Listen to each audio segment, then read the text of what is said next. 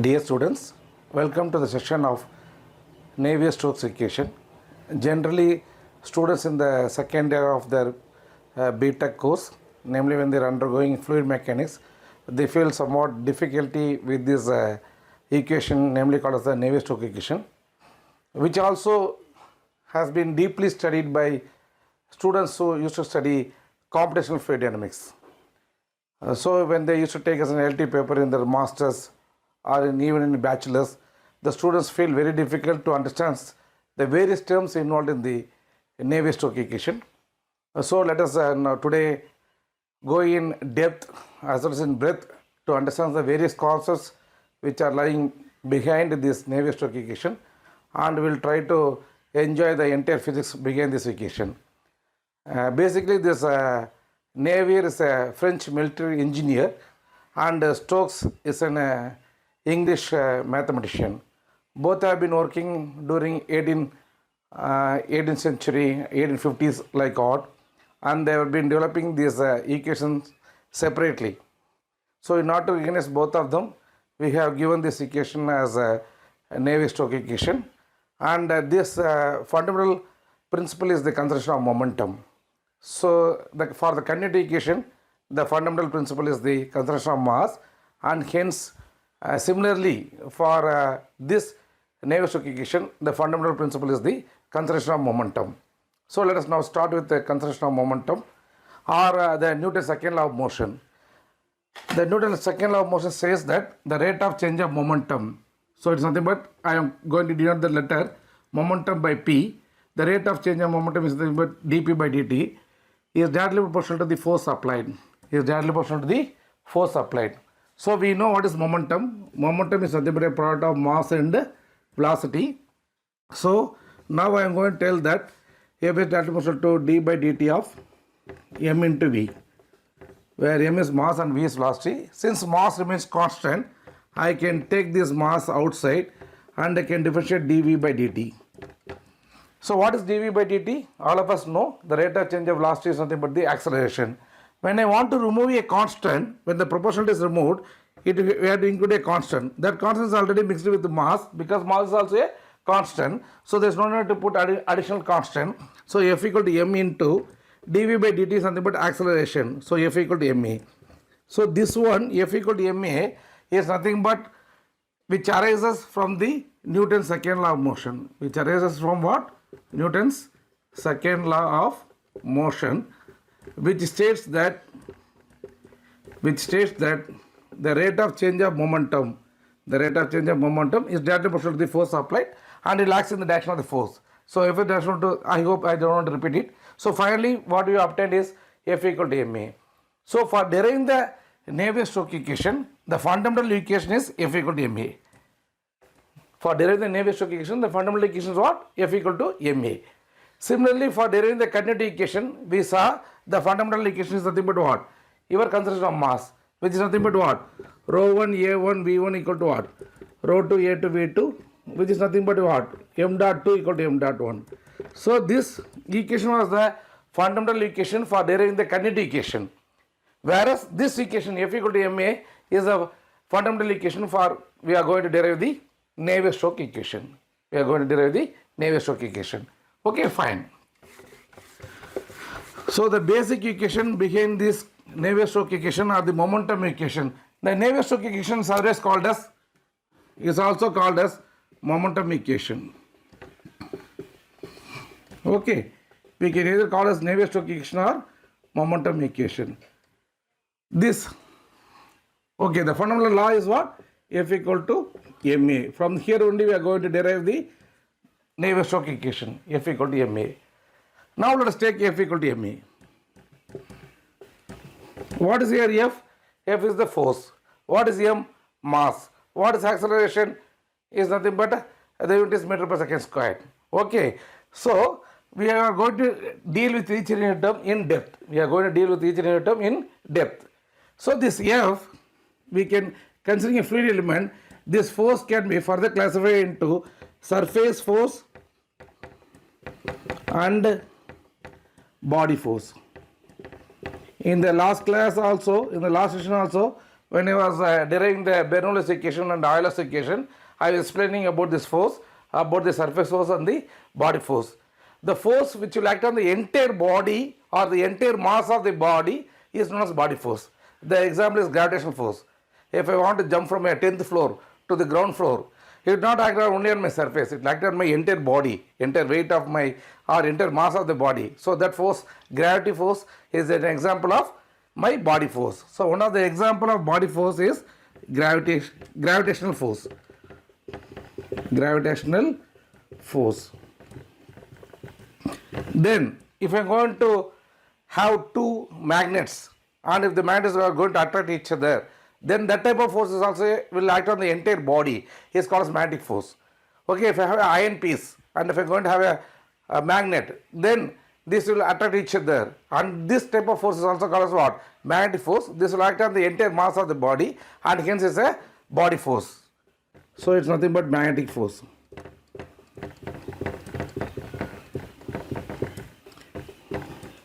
If unfortunately I am going to have my finger on the switchboard and the electricity passes through my body, it will not act on only my surface, it will act on my entire body. So the electrical force is also an example of what? Body force. So the forces which will act on the entire body is known as what? Body force. Is known as what? Body force. Then you may think about, so if there is a body force, there is a surface force also. For example, friction. For example, friction. I have the entire weight of a bus, a lorry, a truck, a four-wheeler, a two-wheeler. But this entire mass is there, I agree. But the friction is mainly depends upon your tires. Because of your tires. So it acts only on the surface. It will act only on the surface. Or if I am going to move, I am going to make a walk. Then the friction will be acting on my this foot, my path. Okay. So we can see that frictional force is acting on only the surface. So it's a surface force. Similarly, the pressure force is an example of what? Surface force. Why pressure force is an example of surface force? Because pressure is nothing but force acting per unit area. So this force will not act on the entire volume. It will act on the entire mass. It will act only on the surface. So this pressure force is an example of surface force. Similarly, we have viscous force. Viscous force will also act on only on the surface. Will act only on the surface. So like this, we can classify the forces into surface force and the body force which are acting on the fluid element. In the derivation of Euler's and Bernoulli's equation, we have taken only the frictional force, not the frictional force, we have taken only the pressure force and the gravitational force. We have taken only the pressure force and the gravitational force. Here, while deriving the Navier Stokes equation, we will take some more force terms. We will see further. With this idea of surface force and body force, we will proceed further.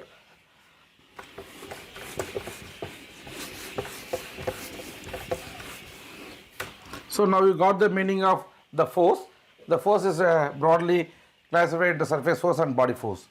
Now let us take a fluid element.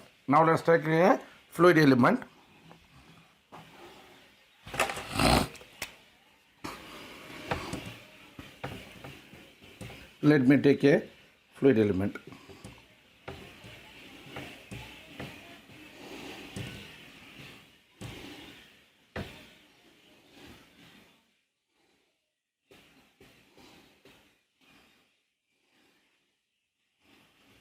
Now, the force which will act on only the surface. For example, if I am going to take this is A, B, C, D. The force which is acting on the surface A, B, C, D, if I can cross it like this.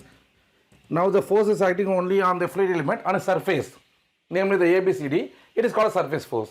Whereas if this entire mass is going to act and this body is going to pull down by gravity, it is called what? Body force. So we are having a force which is applied on the surface and a force which will act on the entire mass of the body. This is nothing but body force. Now I hope you got the difference between the surface force and a body force. Now this is nothing but a fluid element. What I have drawn is nothing but a fluid element. In this fluid element, if I want, I can erase this surface so that I can still make it further easier to understand.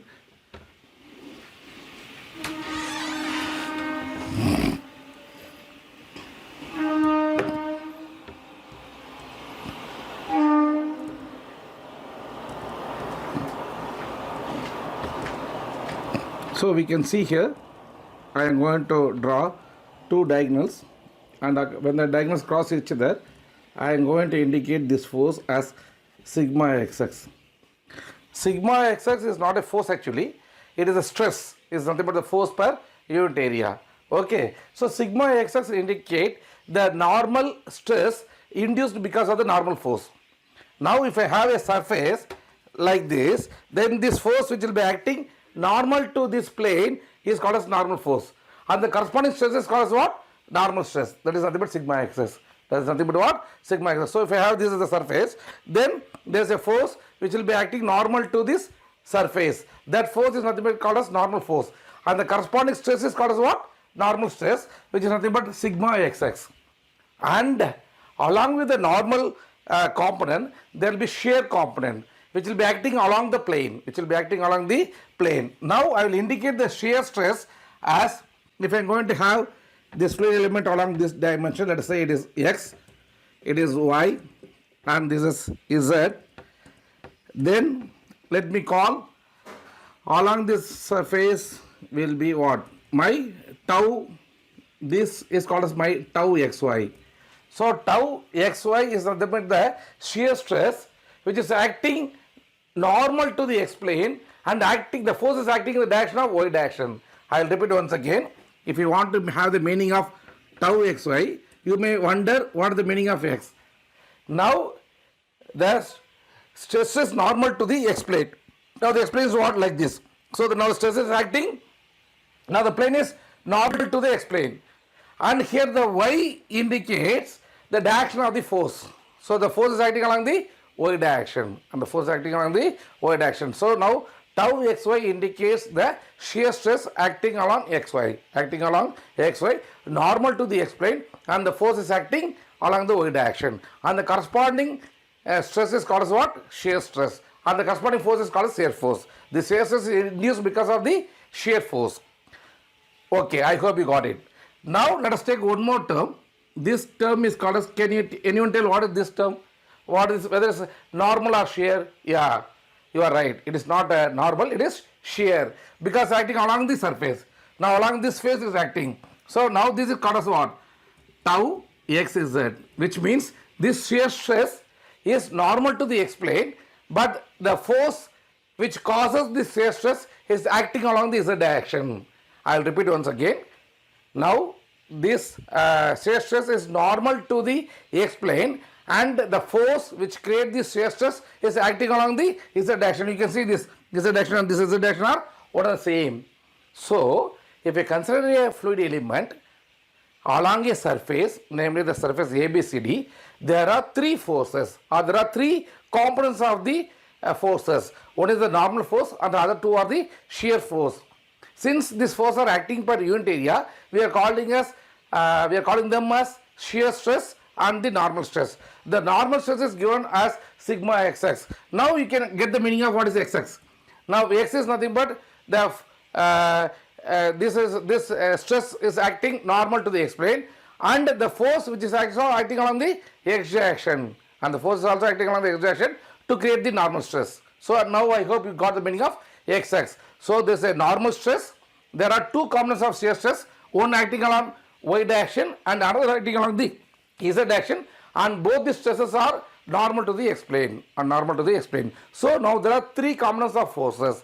Now these three components can be combined to give a resultant force. Now we have studied in already engineering mechanics. If I have force F1, if I have force F2, if I have force F3, let us say this is F1, this is F2, this is F3. The resultant force can be what? F will be equal to what? F1 plus F2 plus F3. Why? Because force is a vector quantity. Similarly, this stress is also a vector quantity, and hence I can write the resultant surface force as Fsx. What is Fsx? The resultant force of sigma xx tau xy and tau xz. Since the vector quantity, we have to indicate the vector notation. That is, we have to indicate the dash also, which means fsx will be equal to I into sigma xx plus j into tau xy plus k into tau xz. Why am I able to write as fsx? Because this is the resultant surface force which is acting on the surface ABCD, which is a combination of normal stress sigma xx and two components of the shear stress, namely tau xy and tau xz. Tau xy is acting on the y direction, so I am putting j component, and tau xz is acting on the z direction, and I am putting a k component. So fsx equal to I into sigma xx plus j into tau xy plus k into tau xz. Any doubts so far? Do you have any doubt? Now, so far we are discussing only the surface force. We are not went to the body force. We are now discussing about the surface force as what? Sigma xx plus tau xy plus tau xz along the direction, So this fsx will be the resultant of these three components. Fsx will be the result of these components. Now let us call this as EFGH. Let us call this as what? EFGH. This is what? ABCD. Now what is this distance? This distance is nothing but my dx. This distance is nothing but dy. This is nothing but what? My dy. This fluid element is having a height of dy, this length of dx. On this third dimension, it is nothing but my dz. So I am considering a fluid element of dimensions dx, dy and dz along the x, y and z directions. Now, instead of the resultant force is here, let me call the resultant force along the surface EFGH as fsx. I will repeat once again. Instead of having the resultant force as fsx here at the face ABCD, I am going to have the resultant force at surface EFGH as what? fsx. So, my question will be, what will be the resultant force at ABCD? I will repeat the question. First, I will assume the resultant force at the surface EFGH is as what? fsx. This fsx is nothing but the resultant surface force, which is a combination of one normal stress and two shear stresses. Okay, it is not actually force. It is surface force per unit area. So it becomes stress. So now let us have this as what? The surface force along this face EFGH. If I know this resultant force as fsx at surface EFGH, what will be the resultant force at ABCD? Any idea? What is the difference between EFGH and ABCD? dx or delta x. So definitely we have to go for the help of the Taylor series. We already seen the application of Taylor series. I will repeat once again. So you may be now little confused. Professor has declared here as fsx. Now he is telling this is fsx. Right now you please hold on. We will try to clarify it.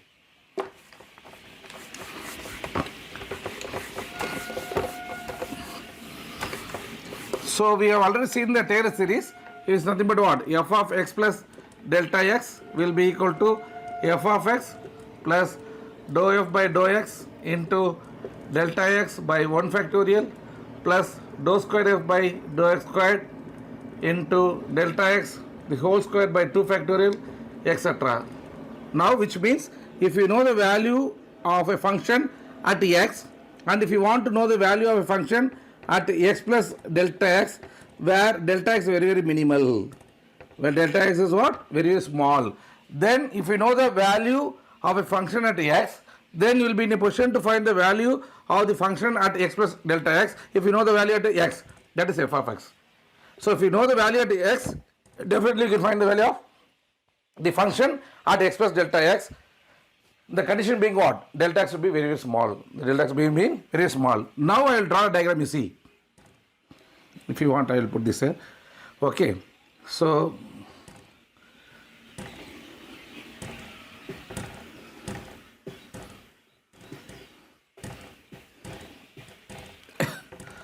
got it. Now the value at the plane EFGH. Now the value at the plane EFGH is what? Let me call this as what? Some direction. I have not indicated the direction properly. Let it be fsx. Now I want to know what is the value at ABCD. When you know the value at x as fsx, the resultant force. Now I want to know the value at what? ABCD, which is at what? X plus delta x. So I have to apply the Taylor series. Now the value at ABCD will be equal to f of x. F of x means what? At E, F, G, H. So it is nothing but f of x plus dou by dou x of f of x into dx. Because the delta x is nothing but what? In our case, we are considering this distance what? Dx in our consideration of the fluid element. So I hope if you know the value of function at a point x, then we'll be able to interrupt the value of the function at x plus delta x when the delta x is going to be very, very minimal. Then I can go for the Taylor series. The Taylor series helps us if you know the value at this surface of f of x, then the value at this surface will be equal to, this will be equal to what? F of x plus dou by dou x of f of x into dx. I hope you got it. I hope you got it. Okay. So with this approach, we will try to solve for the fluid element now. So we are making use of the Taylor series to find the value at a plane EFGH. Okay. I will draw the diagram once again. Bigger one. So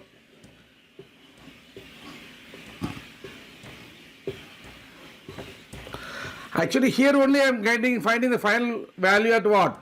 F of x. F of x is nothing but what?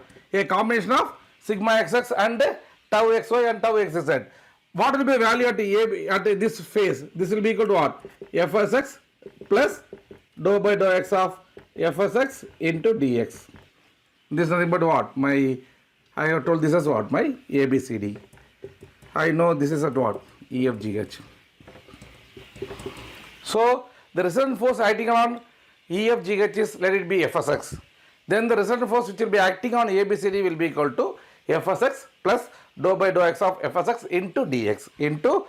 I hope you got it. I hope you got it. Let us continue further. Sigma xx, the normal stress is given by minus p plus 2 mu into dou u by dou x plus mu dash into del dot v. Del dot v is nothing but dou u by dou x plus dou v by dou y plus dou w by dou z.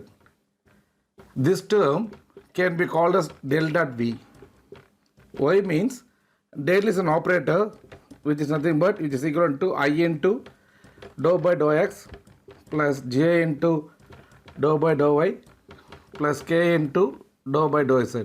So this is called as the del operator, which is nothing but I into dou by dou x plus j into dou by dou y plus k into dou by dou z.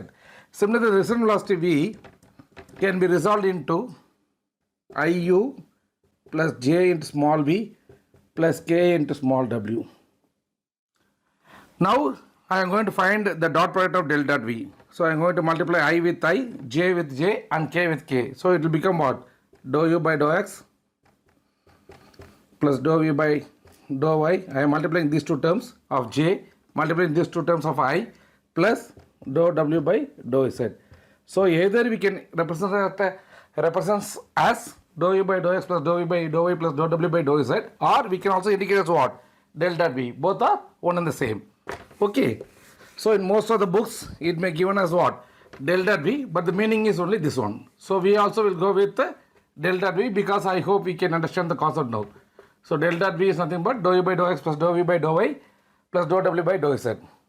And we can see, similarly we can write what is sigma yy. Sigma yy will be equal to minus p plus 2 mu into dou small v by dou y plus mu prime or mu dash into del dot v. Similarly, sigma z will be called as minus p plus 2 mu into dou w by dou z plus mu prime or mu dash into del dot v.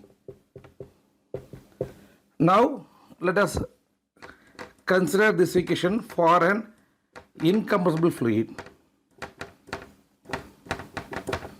For an incompressible fluid, what I am going to do means I am going to add the left hand side and the right hand side. So which is nothing but sigma xx plus sigma yy plus sigma zz is equal to minus 3p, because 1p, 2p, 3p, plus we can take 2 mu as common in all these terms of del dot v. Why it is del dot v? Dou u by dou x plus dou v by dou y plus dou w by dou z will become what? Del dot v plus 3 mu dash into del dot V. Because very simple, 1x, 2x, 3x, so it is 3 into mu dash of del dot V. So we have this expression. Now, now for incompressible fluid, what are the continuity equation? We have derived already in the continuity equation section. The continuity equation for an incompressible fluid is what? Del dot V equal to 0, which means what?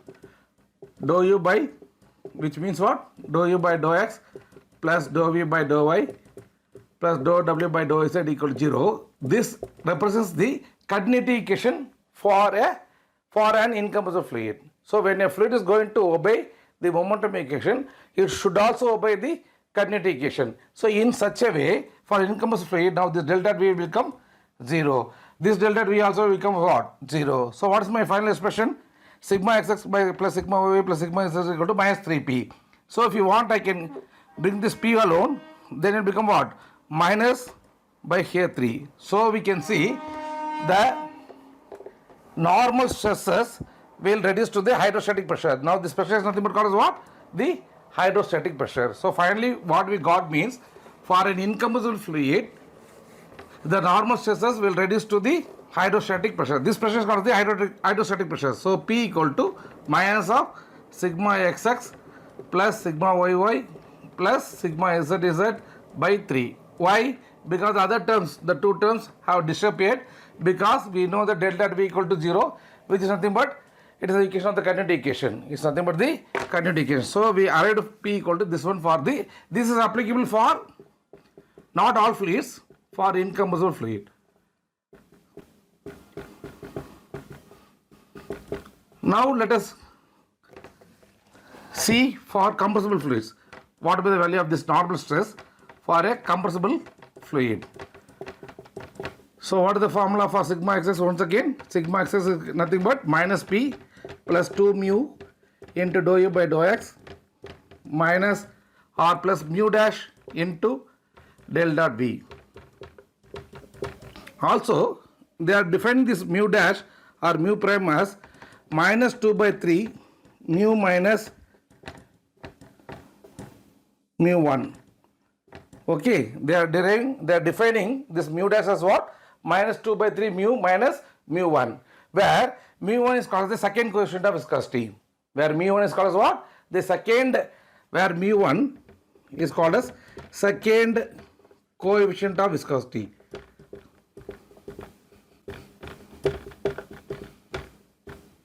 This term we have not taken much care for an incompressible fluid, because this delta V is going to become 0. But for compressible fluid we can't leave it. So we have to expand what is mu prime or mu dash equal to minus 2 by 3 of mu minus mu 1, where mu 1 is the second coefficient of viscosity, and this term mu 1 can be negligible, can be neglected compared to the value of mu for compressible fluid. For compressible fluid, this mu 1 can be neglected. So what is the answer now? This mu prime or mu dash will become minus 2 by 3 of mu. Okay, because this term has become 0. So my mu dash become what? Minus 2 by 3 mu. So hereafter, instead of mu dash, I can substitute as what? Minus 2 by 3 mu. So instead of this mu dash, hereafter I will substitute as minus 2 by 3 of mu. Similarly, sigma yy I can write as what? Minus P plus 2 mu into dou V by dou Y minus 2 by 3 mu. So this term is nothing but mu of del dot V. Similarly, sigma zz will be equal to minus P plus 2 mu into dou W by dou Z minus 2 by 3 mu of del dot V. So we should know the value of sigma xx, sigma yy and sigma pp for the compressible fluid as well as for an incompressible fluid. Let us continue further. Sigma xx, the normal stress is given by minus P plus 2 mu into dou U by dou X plus mu dash into del dot V. Del dot V is nothing but dou U by dou X plus dou V by dou Y plus dou W by dou Z. This term can be called as del dot V. Y means del is an operator which is nothing but which is equal to I into dou by dou X plus j into dou by dou y plus k into dou by dou z. So this is called as the del operator, which is nothing but I into dou by dou x plus j into dou by dou y plus k into dou by dou z. Similarly, the resultant velocity v can be resolved into iu plus j into small v plus k into small w. Now I am going to find the dot product of del dot v. So I am going to multiply I with I, j with j and k with k. So it will become what? Dou u by dou x plus dou v by dou y. I am multiplying these two terms of j, multiplying these two terms of I plus dou w by dou z. So either we can represent as dou u by dou x plus dou v by dou y plus dou w by dou z, or we can also indicate as what? Del dot v. Both are one and the same. Okay. So in most of the books it may given as what? Del dot v, but the meaning is only this one. So we also will go with del dot v because I hope we can understand the concept now. So del dot v is nothing but dou u by dou x plus dou v by dou y plus dou w by dou z. And we can see, similarly we can write what is sigma yy. Sigma yy will be equal to minus p plus 2 mu into dou small v by dou y plus mu prime or mu dash into del dot v. Similarly, sigma z will be called as minus p plus 2 mu into dou w by dou z plus mu prime or mu dash into del dot v. Now let us consider this equation for an incompressible fluid. For an incompressible fluid, what I am going to do means I am going to add the left hand side and the right hand side. So which is nothing but sigma xx plus sigma yy plus sigma zz is equal to minus 3p, because 1p, 2p, 3p, plus we can take 2 mu as common in all these terms of del dot v. Why it is del dot v? Dou u by dou x plus dou v by dou y plus dou w by dou z will become what? Del dot v plus 3 mu dash into del dot v, because very simple, 1x, 2x, 3x, so it is 3 into mu dash of del dot v. So we have this expression. Now now for incompressible fluid, what is the continuity equation? We have derived already in the continuity equation section. The continuity equation for an incompressible fluid is what?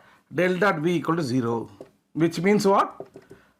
Dou u by, which means what? Dou u by dou x plus dou v by dou y plus dou w by dou z equal to 0. This represents the continuity equation for an incompressible fluid. So when a fluid is going to obey the momentum equation, it should also obey the continuity equation. So in such a way, for incompressible fluid, now this del dot v will become 0. This del dot v also will become what? 0. So what is my final expression?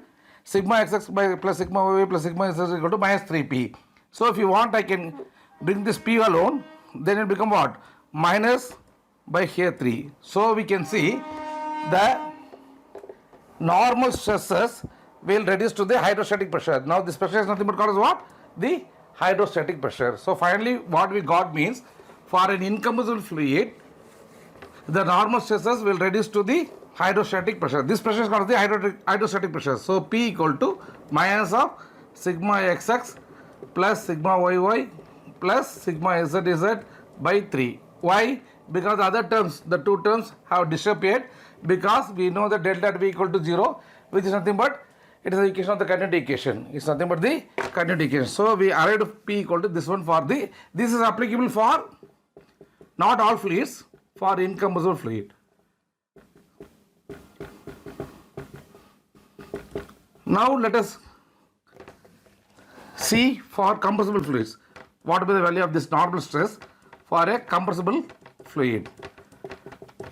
So what is the formula for sigma xx? Once again, sigma xx is nothing but minus p plus 2 mu into dou u by dou x minus or plus mu dash into del dot v.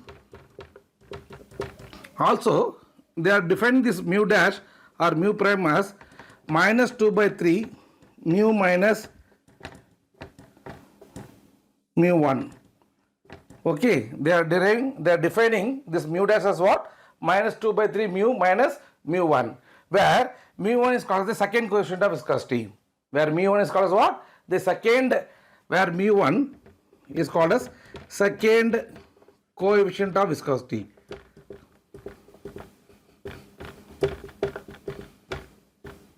This term we have not taken much care for an incompressible fluid because this delta V is going to become 0. But for compressible fluid we can't leave it. So we have to expand what is mu prime or mu dash equal to minus 2 by 3 of mu minus mu 1. Where mu 1 is the second coefficient of viscosity, and this term mu 1 can be negligible, can be neglected compared to the value of mu for compressible fluid. For compressible fluid, this mu 1 can be neglected. So what is the answer now? This mu prime or mu dash will become minus 2 by 3 of mu. Okay, because this term has become 0. So my mu dash become what? Minus 2 by 3 mu. So hereafter, instead of mu dash, I can substitute as what? Minus 2 by 3 mu. So instead of this mu dash, hereafter I will substitute as minus 2 by 3 of mu. Similarly, sigma yy I can write as what? Minus p plus 2 mu into dou v by dou y minus 2 by 3 mu. So this term is nothing but mu of del dot v. Similarly, sigma z will be equal to minus p plus 2 mu into dou w by dou z minus 2 by 3 mu of del dot v. So we should know the value of sigma xx, sigma yy and sigma pp for the compressible fluid as well as for an incompressible fluid. Further exploring this term, let us go further for the compressible fluid. For incompressible fluid, we got P equal to the hydrostatic pressure will be equal to minus sigma xs plus sigma y plus sigma xx by 3. Let us now continue for the compressible fluid. Let us now try to add the left hand side and the right hand side. Okay, as usual.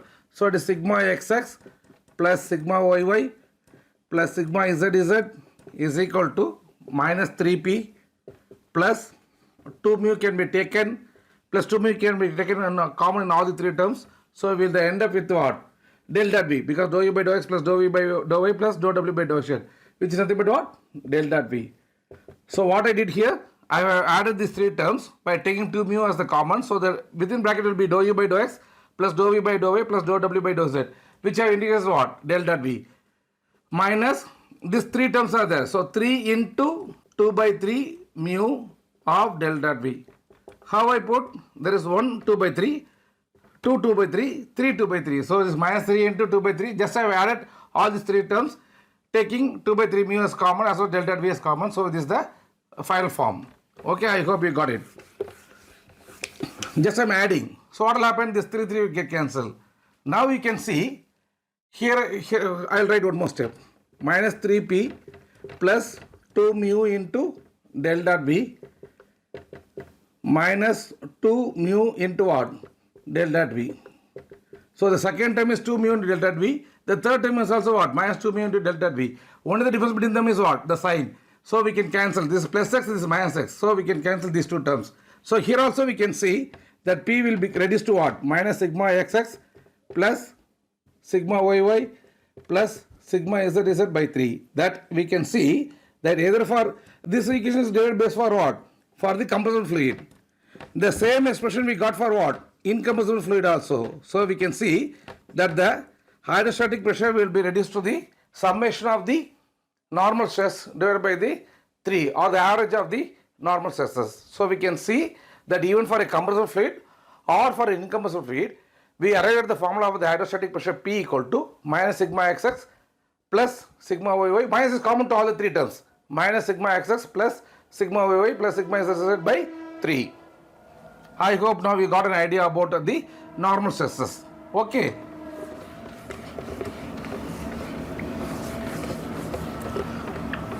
Now let us try to explore more about the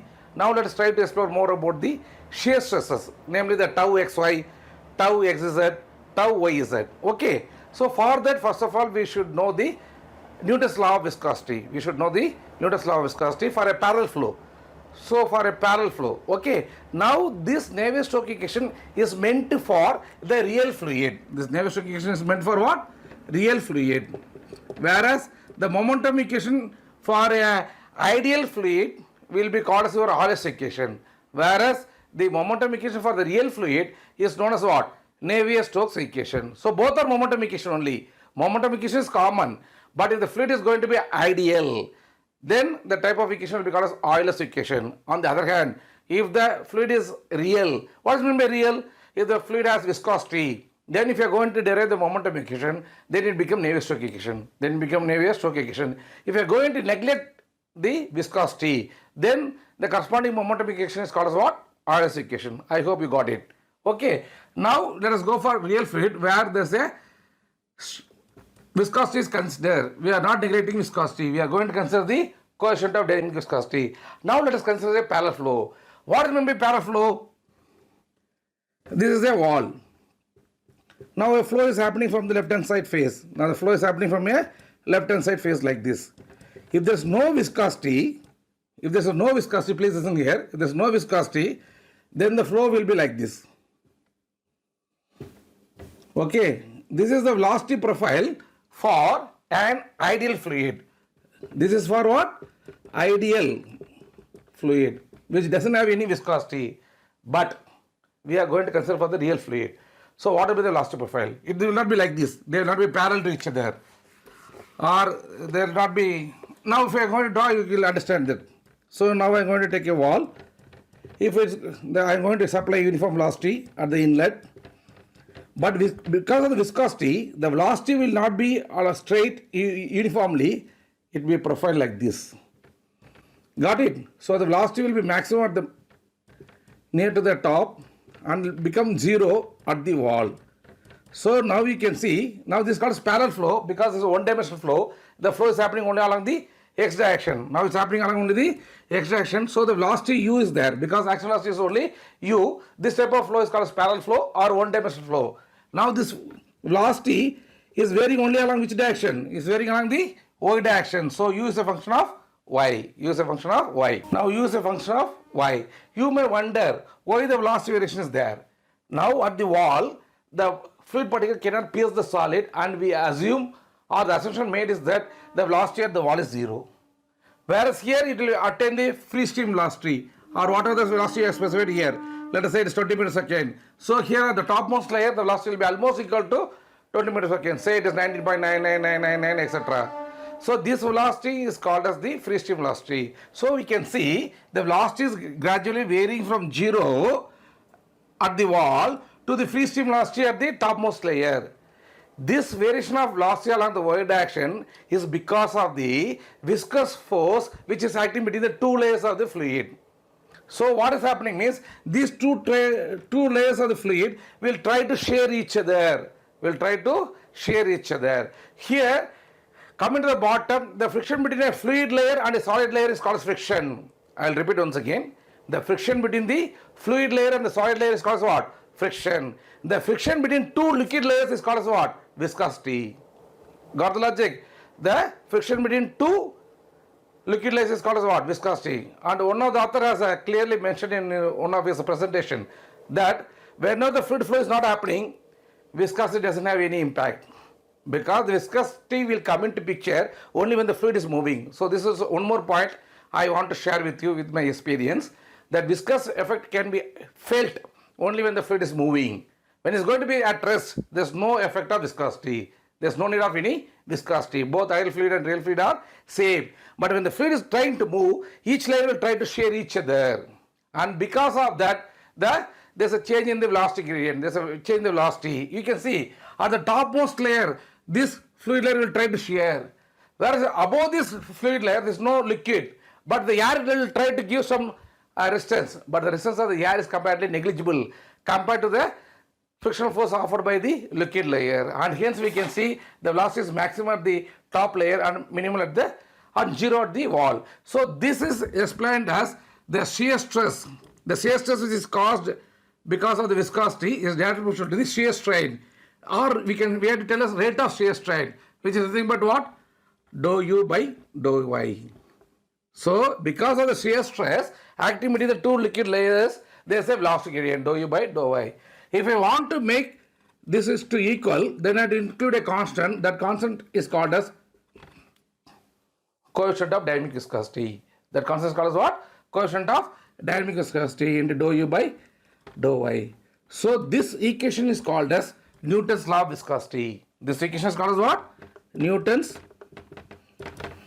law of viscosity. Any fluid which obey this equation is called as a Newtonian fluid, and any fluid which doesn't obey this equation is called as non-Newtonian fluid. It's called as what? Non-Newtonian fluid. So here we see the shear stress for a parallel flow is given by mu into velocity gradient along the normal direction. Here the normal direction is along the y direction. The flow is happening along the x direction. So generally in some books they will give like this: tau equal to mu into dou v by dou n. Here v is nothing but the velocity component along the normal direction, dou v by dou n. N is the normal direction. So instead of dou u by dou y, they will also give us dou v by dou n. Both understandable. Is understandable. This is for parallel flow. This is for what? Parallel flow or the one-dimensional flow. Now for geometric flow, how about the shear stress? They are nothing but tau xy and tau xz as well as what? Tau yz. Now let us try to derive the equations or try to establish the expression for this tau xy, tau yz and tau xz. So how to write tau xy? So tau xy will be equal to the same formula only. You have to write mu only, yeah. But there are two variables. So you write as dou by dou x as well as what? Dou by dou y. But it should be normal. Normal means what? If there's a y means you put v here. If there's x means you put a u here. So now they become normal. Because along the x direction the velocity is u. Now we put it for y. It become normal.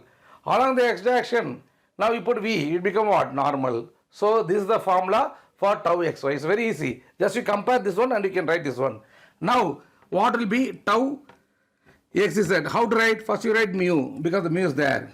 Then the velocity component dou by dou x plus dou by dou z. So what is the corresponding component of z? W. So w put it here. X is u, you put it here. Now tau yz. What is the formula? Mu into. How to write? First you write y and z. So dou by dou y plus dou by dou z. So z means here w. Y means here small v, because we know the corresponding velocity of y is v. Okay. So now you know the formula for writing the shear stress and the formula for the normal stress. It's also found that tau xy will be equal to tau yx. Tau xz will be equal to tau zx. Tau yz equal to tau zy. So now so far we have explored the normal stress terms for a compressive fluid as well as for an incompressible fluid, and it reduced to the hydrostatic pressure. And we also seen how to derive the shear stress terms, namely the tau xy, tau yz and tau xz. Okay, I hope you could get all these fundas or the basic principles for the which are the very basic for our Navier Stokes equation. I want to recall the net resultant force acting on the fluid element through all the six surface forces. Already we have derived it. Just I want to recap that one. So it is dou by dou x of fsx plus dou by dou y of fsy plus dou by dou z of fsz. What is the left hand side? Net surface force per unit volume, because the unit is not Newton, the unit is Newton per meter cube, acting on all the six surfaces of the fluid element. So this is the left hand side. Net surface force per unit volume acting on all the six surfaces of the fluid element is given by dou by dou x of fsx plus dou by dou y of fsy plus dou by dou z of fsz. Also we know what is fsx.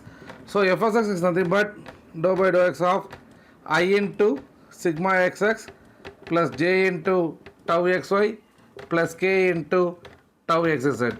Similarly plus dou by dou y of, we know what is fsy. So it is I into tau xy plus j into sigma yy plus k into tau yz. It is yz. plus the third term plus dou by dou z of I into tau xz plus j into tau yz plus k into sigma zz. Already we given some rules how to write this formula easily. You know those concepts because z action means all terms should have z and x y z should come.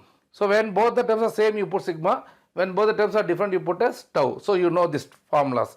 So now we got the net resultant force with respect to x, y and z. But now we have to group them with respect to I, j and k because I only indicates the along the x direction, j indicates along the y direction and k indicates along the x direction, z direction. You may ask, sir, already dou by dou x there, so it should be along x direction. It need not to be. Y means the fluid element may be inclined. It need not to be parallel to the x-axis. So here the fluid element need not to be exactly on the lying on the x-axis. It can be oriented also. But now this I component is nothing but the direction vector which is shown along the x direction. J component is the direction vector along the y direction. So K component is the direction vector along the z direction. So now I have to group the terms with respect to, I will tell like this. I terms, I, here also what, I. Then J terms, you can see this is J term, this is J term, J term. And K term, so I will mark this as K term.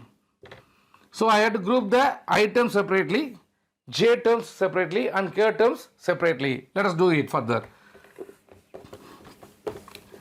When I am going to do it, you can see I am taking I as common. So it will become what? I have taken common. So dou by dou x of what? Sigma xx. Plus, here also I have taken I as common. Plus dou by dou y of that I common term I have taken outside. Plus dou by dou y of tau xy. Plus this term I have taken common. So dou by dou z of what? Tau xz. So by combining the I terms together, I got a function like this. Plus j terms of dou by dou x of tau xy. This is this term dou by dou x of tau xy plus j term dou by dou y of sigma yy plus dou by dou z of tau yz, where it is here. So j term dou by dou z of tau yz. Similarly, if I can write the last three terms with k terms, I can write like this. Plus k of dou by dou x of tau xz plus dou by dou y of tau yz plus dou by dou z of sigma zz.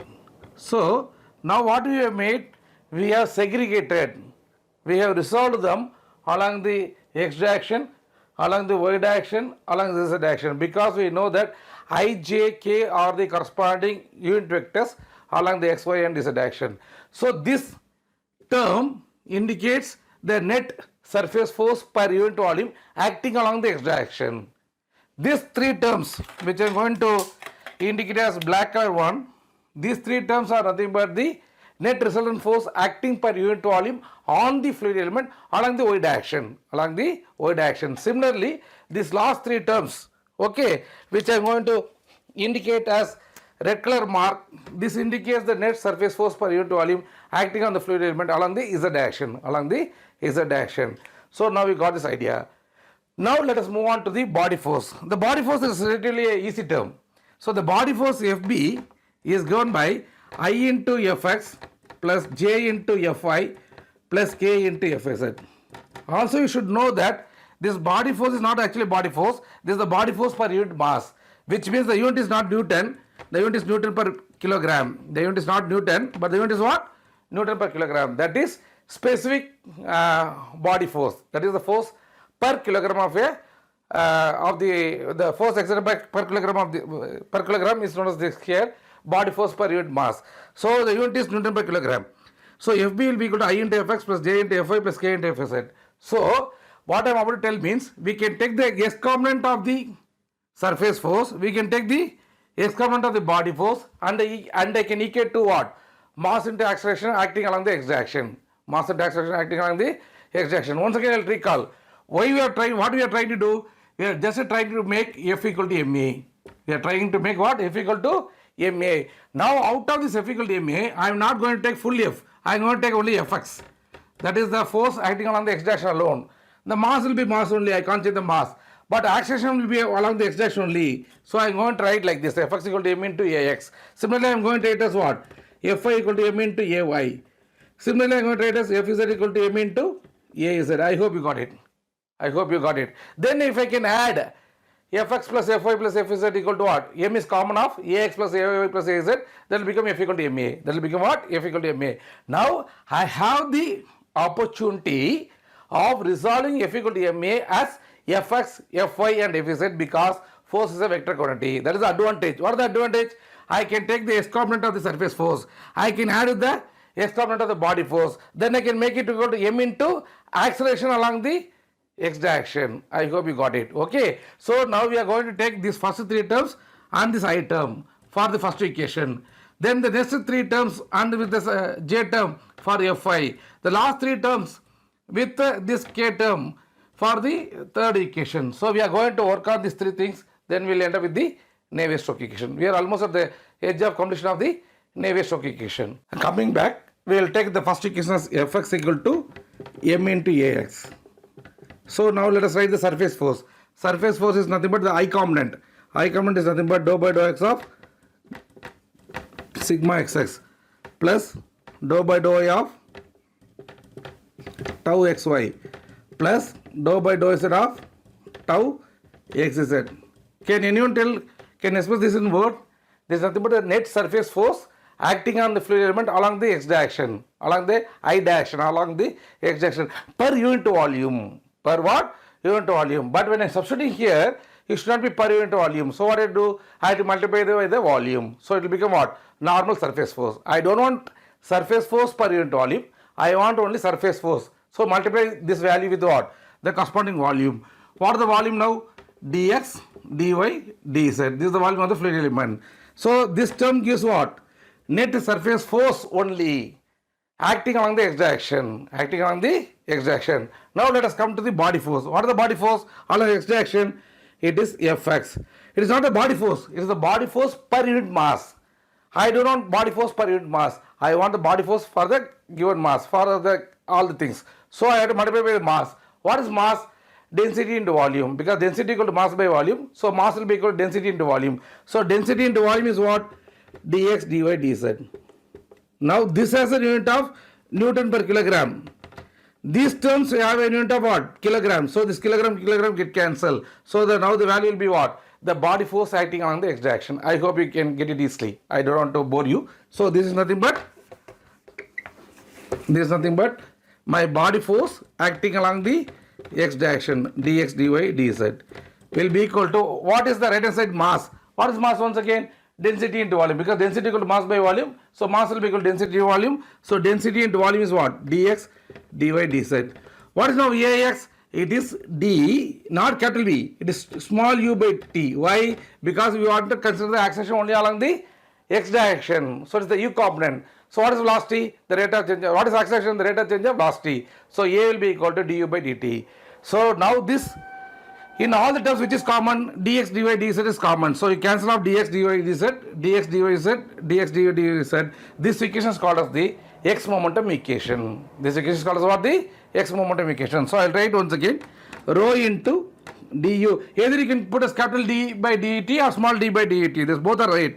So rho into du by dt. Some book they will follow capital D. Some book they will follow as small d. Both are same. So rho into du by dt equal to dou by dou x of sigma xx plus dou by dou y of tau xy plus dou by dou z of tau xz plus rho into fx plus rho into fx. This equation is called as, this equation is called as what? X momentum equation. This equation is called as x momentum equation or the momentum equation along the x direction, or sometimes they will call as u momentum equation. Now it is not f equal to ma. Now this term is f. This term is what? Ma term. Got the logic? Ma is on the left hand side, f is on the right hand side. This f is having what? Surface force as well as what? Body force. So this is nothing but the force terms. This term is nothing but what?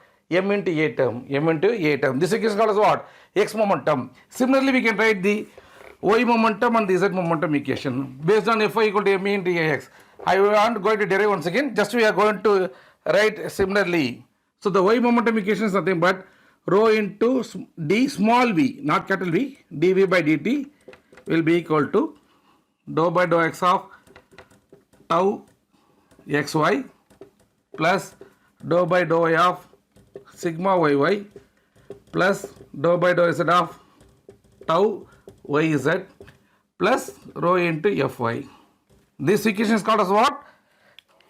This equation is called as y momentum equation or v momentum equation.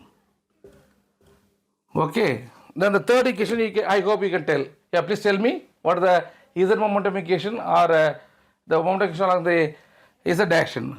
Yeah, you are right. Rho into, yeah, d small w by dt will be equal to dou by dou x of tau xz plus dou by dou y of tau yz plus dou by dou z of sigma zz plus rho into fz. Okay, so this equation is nothing but what? My z momentum equation. So we can see equation, let us give some number 7, 8 and 9 are the Navier Stokes equations. Navier Stokes equations are the momentum equation along the x direction, y direction and z direction. Still, I will further explore to find or to express this Navier Stokes equation for an incompressible fluid as well as for an compressible fluid. Then we will form other types of equation also based on this equation.